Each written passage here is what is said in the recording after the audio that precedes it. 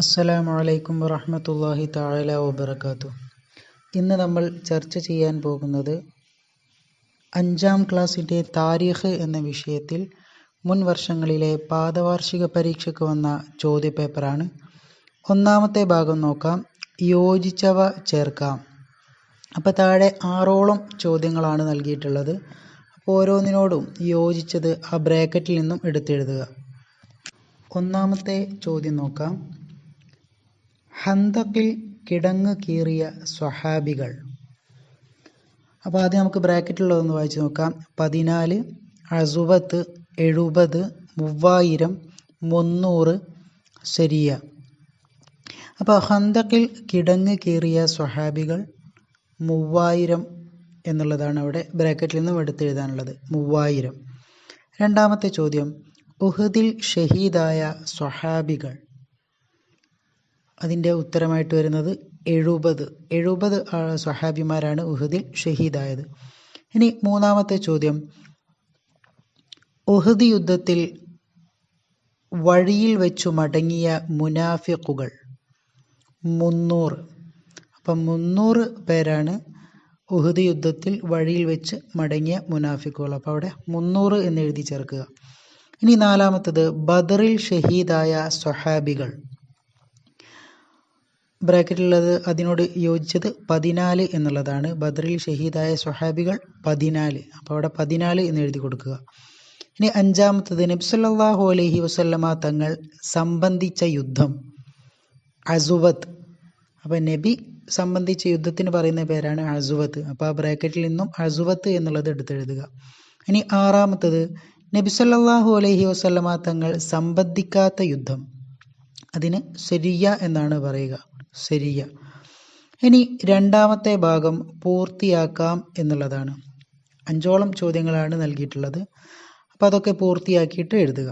ഒന്നാമത്തത്, സമാധാനത്തിൻ്റെ സന്ദേശമാണ് പരിശുദ്ധ വിഭാവനം ചെയ്യുന്നത്. പരിശുദ്ധ ഇസ്ലാം എന്നുണ്ടാകും. പരിശുദ്ധ ഇസ്ലാം വിഭാവനം ചെയ്യുന്നത്.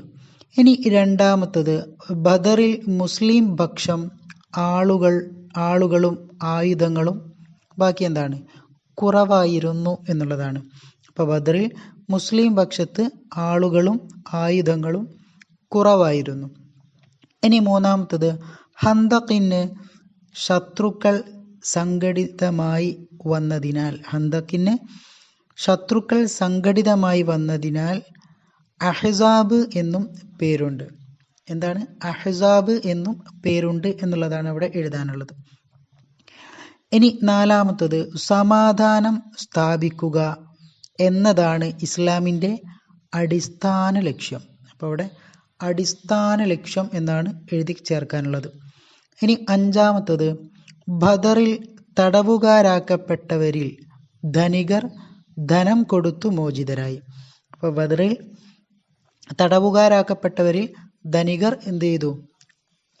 ധനം കൊടുത്തു മോചിതരായി. അപ്പോൾ അവിടെ കൊടുത്തു മോചിതരായി എന്നാണ് എഴുതി ചേർക്കാനുള്ളത്.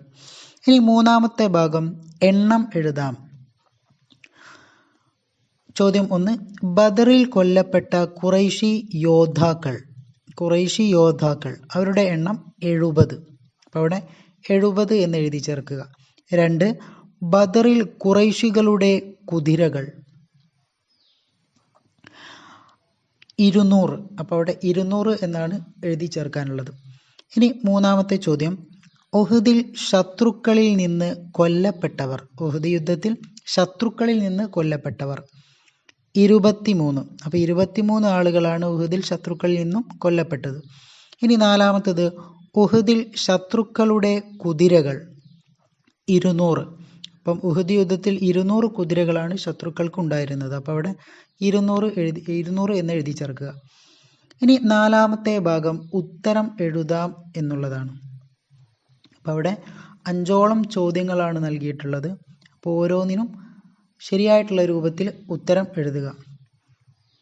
ഒന്നാമത്തെ ചോദ്യം നോക്കാം.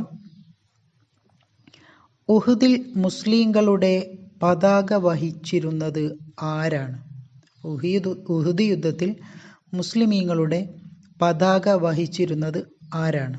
അതിൻ്റെ ഉത്തരം മുസ്അബ് ബിനു ഉമൈർ റളിയല്ലാഹു അൻഹു. മുസ്അബ് ബിനു ഉമൈർ റളിയല്ലാഹു അൻഹു ആയിരുന്നു ഉഹുദിൽ മുസ്ലിങ്ങളുടെ പതാക വഹിച്ചിരുന്ന ആള്. ഇനി രണ്ടാമത്തത്, ബദറിൽ തടവുകാരാക്കപ്പെട്ട ദരിദ്രരിൽ ചിലർ മോചിതരായത് എങ്ങനെ? അപ്പം മേലെ നമ്മൾ പഠിച്ചിട്ടുണ്ട് അല്ലേ? ബദറിൽ തടവുകാരാക്കപ്പെട്ടവരിൽ ധനികര് ധനം കൊടുത്തു മോചിതരായി എന്നും. അപ്പം ഈ ദരിദ്രർ എങ്ങനെയായിരുന്നു മോചിതരായത്? അതാണ് ഇവിടെ ചോദിച്ചത്. ഉത്തരം, മദീനയിലെ 10 പേർക്ക് വീതം എഴുത്തും വായനയും പഠിപ്പിച്ചു കൊടുക്കുക എന്ന വ്യവസ്ഥയിൽ, ആ ഒരു രൂപത്തിലായിരുന്നു ബദറിൽ തടവുകാരാക്കപ്പെട്ട ദരിദ്രരിൽ ചിലർ മോചിതരായത്.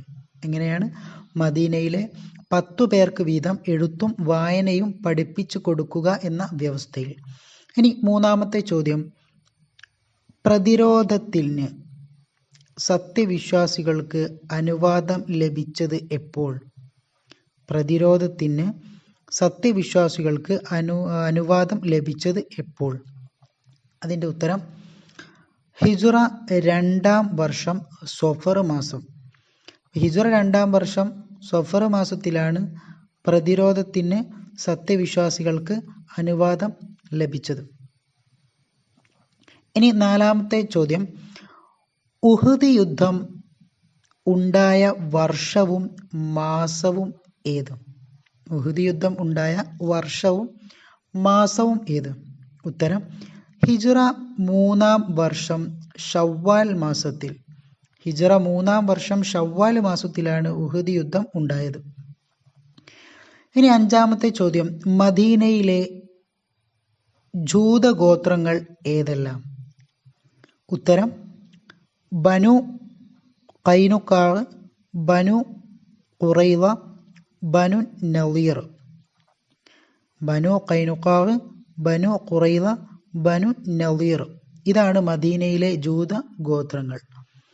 ഇനി ഏറ്റവും അവസാനത്തെ ഭാഗം പൂരിപ്പിക്കാം എന്നുള്ളതാണ്. ഒന്നാമത്തെ ചോദ്യം നോക്കാം. ഉദിന ലില്ലദീന യുഖാതലൂന. അപ്പോൾ അവിടെ എഴുതി ചേർക്കാനുള്ളത് യുഖാതലൂന എന്നാണ്. ബി അന്നഹും ളുലിമു. രണ്ടാമത്തത് ളുലിമു. വ ഇന്നല്ലാഹ അലാ നസുരിഹിം. അടുത്തത് അലാ നസുരിഹിം ലഖദീർ. ഇനി രണ്ടാമത്തെ നോക്കാം. ഹിജ്റ 5-ാം വർഷം ഷവ്വാലിൽ അബൂ സുഫിയാന്റെ നേതൃത്വത്തിൽ 10,000, അപ്പോൾ അവിടെ 10,000 എന്ന് എഴുതുക, 10,000 പേർ അടങ്ങുന്ന ഒരു സൈന്യം അത്തുഫാനിൽ എന്നെഴുതുക, അത്തുഫാനിൽ നിന്നുള്ള സൈന്യവും മദീനയെ ലക്ഷ്യമാക്കി പുറപ്പെട്ടു. അപ്പം ആദ്യത്തത് 10,000 എന്നും, രണ്ടാമത്തത് അത്തുഫാനിൽ, മൂന്നാമത്തത് മദീനയെ. ദുആ വസിയത്തോടെ നിർത്തുന്നു. വആഖിറു ദഅവാന അനിൽ ഹംദുലില്ലാഹി റബ്ബിൽ ആലമീൻ. അസ്സലാമു അലൈക്കും വറഹ്മത്തുള്ളാഹി തആല വബറകാതുഹു.